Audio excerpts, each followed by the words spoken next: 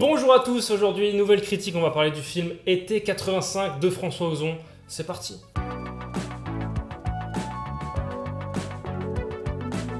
Avant de commencer, n'oubliez pas de vous abonner, c'est très important, on est déjà beaucoup.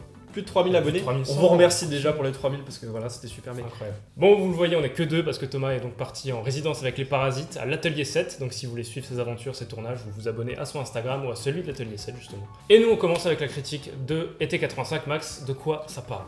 Alors, Été 85, c'est l'histoire d'un jeune garçon qui s'appelle Alex, qui est, il vit dans le nord de la France, un peu près des docks et tout ça, et il rencontre un jeune homme qui est un peu plus vieux que lui, et il y a une petite histoire d'amour, une romance qui se crée entre eux, et ça va finir d'une certaine manière. On vous dit pas comment. Voilà. On va éviter de spoiler. Au casting, du coup, on retrouve Félix Lefebvre dans le rôle principal, qui joue donc Alexis, Benjamin Voisin qui joue David, donc l'autre garçon. Isabelle Nanty, voilà, moi c'est mon coup de Madame Tuche, qu'est-ce qu'elle fout là? Incroyable. Et puis il y a Melville Poupeau, un des meilleurs acteurs français actuels qui est là, et ça c'est cool. Et moi, je le dis, j'ai eu un coup de cœur sur Isabelle Nanty. On voilà. parle vite fait des acteurs secondaires, mais elle a ce rôle de la maman bienveillante, inquiète pour tout, et elle est tellement juste dans son jeu, je la trouve incroyable. Bah, ce qui est cool en plus, c'est qu'elle a un jeu, enfin quand tu vois Isabelle Nanty, c'est direct une maman. Et là, je trouve qu'elle a réussi à pousser très loin, parce qu'elle joue dans un drame, parce que le film c'est un peu un drame. Enfin moi je me souviens au début du film, j'étais en mode c'est un peu bizarre. Ouais, je suis d'accord. Plus t'avances, plus tu fais mais là on a vraiment une grande actrice devant nous. Du coup, Félix Lefebvre qui joue Alexis, lui il joue ce gamin qui est un peu à la fin de l'adolescence, il est plein de naïveté, d'innocence et tout. Et quand il rencontre ce David qui lui est plus l'incarnation du rebelle, du mec ultra confiant, qui est plus vieux que lui, qui a plus d'expérience, qui va un peu l'emmener faire plein de choses.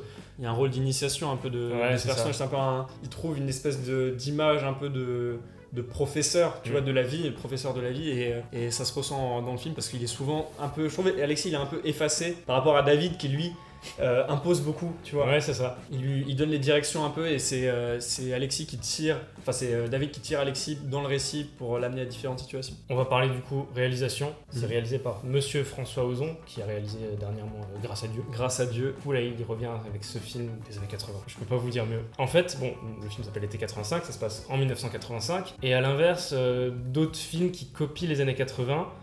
Je dirais que ce film, on dirait que c'est un film des années 80 qui sort aujourd'hui. Oui, c'est ça, et ça c'est con parce que c'est un truc que je me dis souvent quand tu regardes par exemple Stranger Things, quand tu regardes par exemple des clips de The Weeknd, t'as ce côté, ils prennent les années 80, ils en font autre chose, peut-être ils l'amènent aussi dans... Ils le modernisent. Voilà, ils le modernisent, et parce que des films des années 80, ça ressemble en rien à Stranger Things, visuellement, il y a rien à voir. Les lumières, tu sais, les néons violets et rouges, jamais ça dans les années 80. Et là, pour la première fois, on a un vrai film qui veut vraiment rendre hommage au cinéma des années 80 en faisant un film des années 80 avec, du coup, il y a une caméra 16 mm, c'est ça voilà, un très particulier. Le gars va dans le délire, ça c'est ouf. À propos de ce passé qu'on essaie de retranscrire dans les films de maintenant, il y a toujours une déformation du passé, tu sais. On oublie un peu les défauts pour l'idéaliser et le rendre un peu plus beau que ce qu'il n'était. Et ce film, il le prend tel quel. C'est pour ça que je dis, on dirait un film de l'époque qui sort que maintenant. C'est ça. C'est très beau. Ça se passe dans l'esthétique, on l'a dit, avec le grain très particulier de la caméra 16 mm. Les couleurs qui sont parfois, ça c'est la caméra, mais qui sont parfois un peu très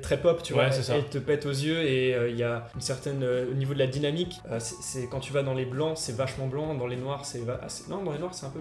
Ça va encore, mais je veux dire, c'est assez... Tu sens que t'as affaire à une vieille caméra, à du vieux matériel, t'as des défauts, tu vois, et c'est ça qui fait le charme du film surtout. Et on reviendra plus tard d'ailleurs pour le scénario, mais je trouve qu'il y a ce côté, comme tu disais, on prend le passé et on le prend tel qu'il est. Et dans ce film, c'est vraiment le cas parce que par moment, t'as les défauts des films des années 80. Ouais, c'est un peu bizarre. Enfin, moi, je pense surtout, il y a une scène où il y a une bagarre. Tu vois cette scène, la scène de bagarre. Il y a une scène de bagarre, c'est Hélène et les garçons. Hein. C'est vraiment, tu vois ça, aujourd'hui, tu te dis, ça a aucun sens, mais vu que le film tellement installé dans ce truc des années 80, tout est cohérent. Ça passe aussi par les décors et les costumes qui sont, ils sont comme ils étaient à l'époque. Du coup, ça crée une cohérence parce que tu sais où le film se passe, quand il se passe, et il y a vraiment une cohérence de temporalité qui s'installe.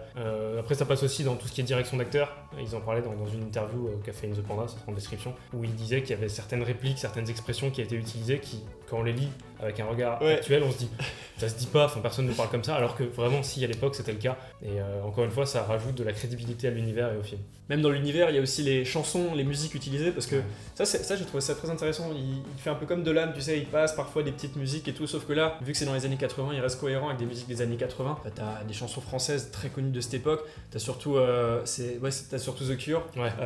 Au début et à la fin, dans la bande-annonce, il le place tout le temps. Ça te renforce encore cette cohérence. Et c'est ça qu'on veut quand tu regardes un film comme ça. D'ailleurs, est-ce que tu connais l'anecdote à propos de la musique de The Cure? François Ozon voulait d'abord que le film s'appelle Été 84 et il voulait absolument inclure cette musique de The Cure, sauf qu'elle est sortie qu'en 85 et il a donc changé le titre en Été 84. Ah le bâtard! Voilà, petite merde, sympa. Ça c'est ouf! Il y a autre chose aussi que j'ai vraiment aimé dans ce film, c'est un truc, je sais pas, c'est un peu bizarre, mais les valeurs de plan, il reprenait vraiment des valeurs de plan de films des années 80, 70, même 60. Il en avait parlé, je crois qu'il s'est beaucoup inspiré d'Éric Rohmer, qui est un peu. C'est un de ses profs en plus. De la veine. Qui était son prof! Ouais, mec, quand il a dit ça dans l'interview Combini, je me suis dit, attends, toi, ton prof, c'est Éric Rohmer avec. Moi, Éric Rohmer, je le verrai jamais parce qu'il est mort. Ça, c'est le rêve de tout cinéaste. Ça passe du coup dans les valeurs de plan parce qu'Éric Rohmer aime bien filmer ses personnages d'une certaine manière et ça se ressent vraiment dans le film. Je sais pas, ça m'a fait très bizarre parce que quand je voyais ce film, je me dis, tiens, on dirait un film de Rohmer, mais d'aujourd'hui, tu vois. Tu sens quand même que c'est un film d'aujourd'hui, mais c'est très très très bizarre. Surtout, je pense surtout à Conte d'été. Je pense que c'est sa principale inspiration pour le film et ça se ressent de ouf. Il y a aussi des plans qui sont des hommages directs. Par exemple, il y a un plan qui est quasiment similaire à celui dans La Boom où on lui met le casque pendant la soirée et qui danse sur une toute autre musique. Il y a un décalage qui se fait entre les personnages et l'univers qui gravite autour d'eux. C'est génial, c'est vraiment cool. Et ensuite, toujours dans la réalisation, il y a un truc qui est intéressant qui est utilisé, c'est le montage parallèle. Le début de l'histoire d'Alex et la fin en parallèle et il raconte un petit peu ce qui se passe dans les deux au même moment. C'est un parti pris intéressant en termes de narration et ça fonctionne plutôt bien et on arrive à comprendre certaines choses directement liées à ce qui s'est passé bien avant. Ça c'est un truc par contre c'est intéressant parce que le montage, je me souviens quand j'ai vu le film, il y a par moments, surtout dans les dialogues, où je l'ai pas trouvé très bien parce que j'ai trouvé vachement moderne par rapport à toute la réal qui est très nostalgique. Je pense surtout il y a des scènes de chant contre chant où c'est coté assez rapidement et ça dans les films de l'époque ça se faisait pas vraiment, la plupart du temps même c'était juste un master. Là il y avait un chant contre chant, il te cut assez rapidement. Je trouvais ça un peu bizarre parce que tu sens qu'il voulait peut-être utiliser un montage moderne mais avec des techniques de réal de l'époque. Moi ça m'a un petit peu dérangé certaines fois mais ça va. Ok, on va passer maintenant au scénario et parler de l'histoire du film. Moi j'ai juste un petit souci, et je le dis directement, avec le début que je trouve assez rapide, un peu trop rapide. C'est vraiment rapide, ça se passe en 5 minutes et j'ai un peu du mal, j'aurais aimé qu'on... C'est comme Star Wars 9. Ouais voilà c'est ça, je sais pas, il y a un truc qui aurait pu être fait autrement. Ouais, je sais pas. Non, moi étonnamment, moi le scénario c'est un peu bizarre parce que j'ai adoré le film personnellement, même l'histoire, j'ai vraiment adoré. Et ce que j'ai bien aimé dans le scénario, c'est que t'avais vraiment l'impression, et là on se répète depuis le début de la vidéo, vous l'avez compris, c'est un film des années 80. Ça s'appelle Été 85. Voilà, on peut pas faire mieux que ça. Mais dans le scénario, c'est un film des années 80, c'est qu'il y a tellement de trucs qui sont pas logiques, tu vois, surtout des réactions de personnages, des dialogues, certaines choses qui, aujourd'hui ça passe pas, et je pense que ça peut déranger certaines personnes. Moi je trouvais ça intéressant parce que pendant le confinement j'ai bouffé tellement de films de ce type là et du coup j'avais l'impression de retrouver ce truc là, donc j'étais peut-être un peu habitué, je sais pas. Je pense qu'il y a certaines personnes qui peuvent pas du tout rentrer dedans à cause de ce parti pris de... Ouais, c'est peut-être à cause de ça, je sais pas. Après, bon, on va éviter de trop spoiler l'histoire. C'est un film qui parle d'amour, de rencontre, d'amitié, et il y a un message qui est intéressant, qui est plus amené vers la fin, qui est celui de on invente ce qu'on aime. En tout cas, les gens qu'on aime ne sont pas tels qu'on les imagine, parce qu'on se fait une image d'eux, on les idéalise. C'était vraiment cool. Incroyable, c'était tout. Et ça passe par le fait que les personnages sont différents, ils croient se connaître les uns les autres, mais en même temps, ils s'idéalisent, en fait, c'est ça qui est mis en avant. Et je trouve que ça marche très bien dans ce contexte-là, avec la relation qu'il y a entre les deux. Ouais, en plus c'est con, mais c'est un truc qui était pas vraiment commun à l'époque, tu vois, le fait de... parce que ça c'est un problème d'aujourd'hui surtout, le fait que l'image est ultra importante, surtout l'image sur internet, sur les réseaux, et là je trouve assez intéressant de mettre ce problème d'aujourd'hui dans le contexte de l'époque, et il le rend vraiment bien. Et putain, quand il y a cette... je sais plus, c'est qui avec qui il en parle, c'est avec Kate? Oui, c'est à la fin. Ouais, c'est ouf. Quand j'ai vu ça, je me dis, ça fait réfléchir à ce que tu... Oh putain, très intelligent, franchement, chapeau pour ça. Et du coup, on a aussi des personnages qui apprennent les uns des autres, parce qu'ils sont différents, il y a un déséquilibre, il y a une différence d'âge déjà, comportement,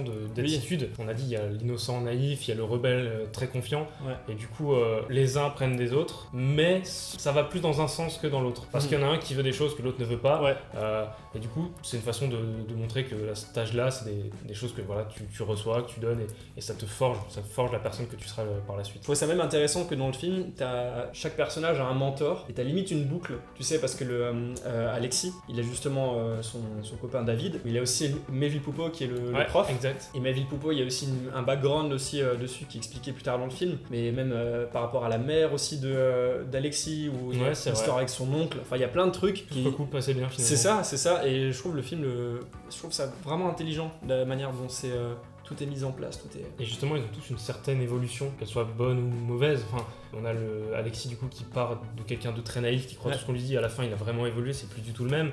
Même la mère de David, qui est un personnage secondaire, elle a une vraie évolution. Quand on la voit au début, elle a vraiment un type de personnage bien précis, qui est un peu chiante la meuf, et à la fin tu la reconnais pas, quoi, parce qu'il se passe un truc vraiment marquant pour elle, sans spoiler, et du coup ça la change totalement. Je trouve ça vraiment bien fait. L'actrice surtout le rend très bien, hein. Franchement, moi j'étais bluffé. Et même, mais moi c'est con aussi, il y avait autre chose, là tu parlais justement de ces évolutions de personnages. Moi je trouvais que plus t'avançais dans le récit, des fois t'avais des personnages où tu les découvrais un peu plus. Je pense surtout à Isabelle Nanty, qui est son personnage au début du film, tu la connais pas trop, tu la vois d'un regard extérieur, tu dis ah c'est une daronne qui épluche des pommes de terre toute la journée. Et plus t'avances dans le film, plus tu découvres sa relation avec son fils, plus tu te rends compte que c'est bien plus que ça et que c'est une personne très intelligente, qui est vraiment la figure dont devrait être influencé Alexis, tu vois. Ouais, c'est ça. Très typique de l'époque parce que le film parle d'homosexualité. Ouais. Et dans la famille, du coup, il y a beaucoup de non-dits.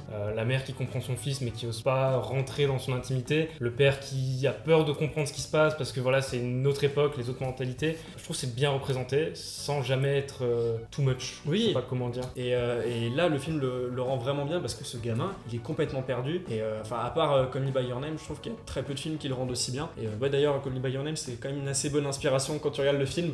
Un petit peu. En tout cas, super bien exécuté. Bon. Peut-être juste du mal avec le dernier tiers aussi. C'est après l'événement clé du film. Il y a une quête du personnage qui est expliquée bien avant. Mais je comprends pas le message qu'on veut apporter à ça.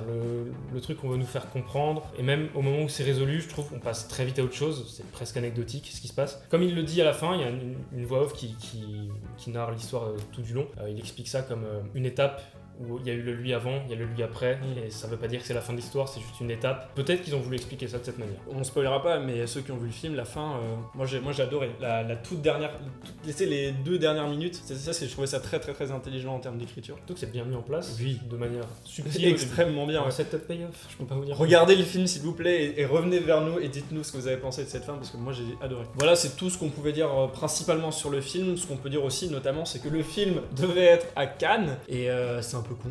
Enfin, c'est un peu con. C'est dommage pour eux. C'est surtout très très très dommage. Mais je pense que ça aurait été bien pour les acteurs qui sont très prometteurs pour le coup. Ça aurait pu vraiment les lancer sur d'autres trucs. Et Cannes, c'est un prestige. Dégoûté pour Félix parce que Félix, je pense qu'il peut choper même un César des sports masculins. Mais Cannes, il aurait dû kiffer et ça l'aurait fait connaître à l'international parce que Cannes, c'est surtout ça, c'est faire connaître les films, jeunes acteurs, les jeunes espoirs, réalisateurs, tout ça. Et là, ça aurait été une super bonne opportunité. Donc, de ce que j'ai compris, apparemment, le cast sera réinvité. Ouais, et apparemment ils sont rebasculés vers le festival Lumière. Qui est aussi présidé par Thierry Frémaux. Du coup, franchement...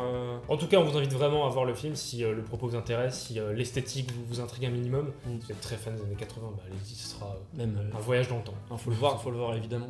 Même sans se poser de questions, il faut aller le voir. Surtout, aller voir les films en salle qui sortent parce qu'il y a très peu de gens. Là, le jour de la sortie, on était 4 dans la salle. On était 4. Donc... Et c'est des films qui valent le coup d'être vus en salle.